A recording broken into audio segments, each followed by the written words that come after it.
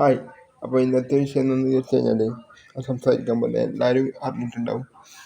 വയനാട് ദുരന്തം നടന്നപ്പോൾ നമ്മളെ ലാലേട്ടൻ ആർമി ഡ്രസ്സിൽ വയനാട് എത്തുകയും മറ്റ് ആർമിക്കാരോടൊപ്പം എല്ലാ ഇതിനും വേണ്ടി പ്രവർത്തിക്കുകയും ചെയ്തിരുന്നു. അതുമാത്രമല്ല, ലാലേട്ടൻ്റെ വക വരുത്തുകയും അതുപോലെ വിശ്വശാന്തി ഫൗണ്ടേഷൻ വഴി ഏകദേശം 3 കോടി രൂപയും അദ്ദേഹം കൊടുത്തിട്ടുണ്ടായിരുന്നു. അതൊക്കെ അർഹമായ ഒരു കാര്യമാണ്. അതുമാത്രമല്ല, തുടർന്ന് ഇനി വേണ്ട സഹായങ്ങൾ നോക്കി ചെയ്യുമെന്നും അദ്ദേഹം പറഞ്ഞിട്ടുണ്ടായിരുന്നു. അപ്പോൾ ഈ വീഡിയോ കണ്ട നമ്മുടെ യൂട്യൂബർ ചെകുത്താൻ എന്ന പേരിൽ അറിയപ്പെടുന്ന യൂട്യൂബർ അദ്ദേഹത്തെ കുറെ അധിക്ഷേപിക്കുകയും ചെയ്തു.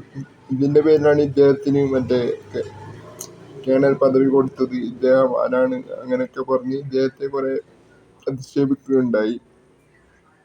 എനിക്ക് അദ്ദേഹത്തിനോട് പറയാനുള്ളത്, ലാലേട്ടൻ എന്നുള്ളത് ഇപ്പോൾ ഇന്ത്യൻ ആർമിയുടെ ഒരു ഭാഗമാണ്.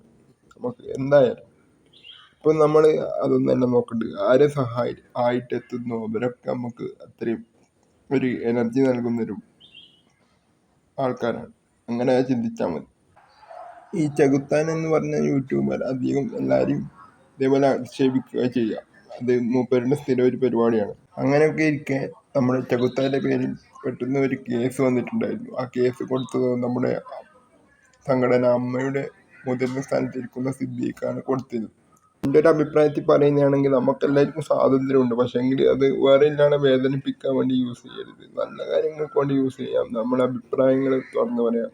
ഇത് മറ്റുള്ളവർക്കും കൂടി വേദനയാവുന്നുണ്ടോ എന്നും കൂടി നോക്കണം. അല്ലാണ്ട് മറ്റുള്ളവരെ മാക്സിമം അധിക്ഷേപിക്കുക, അതൊക്കെ വളരെ മോശം പരിപാടിയാണെന്നാണ് എൻ്റെ ഒരു അഭിപ്രായം.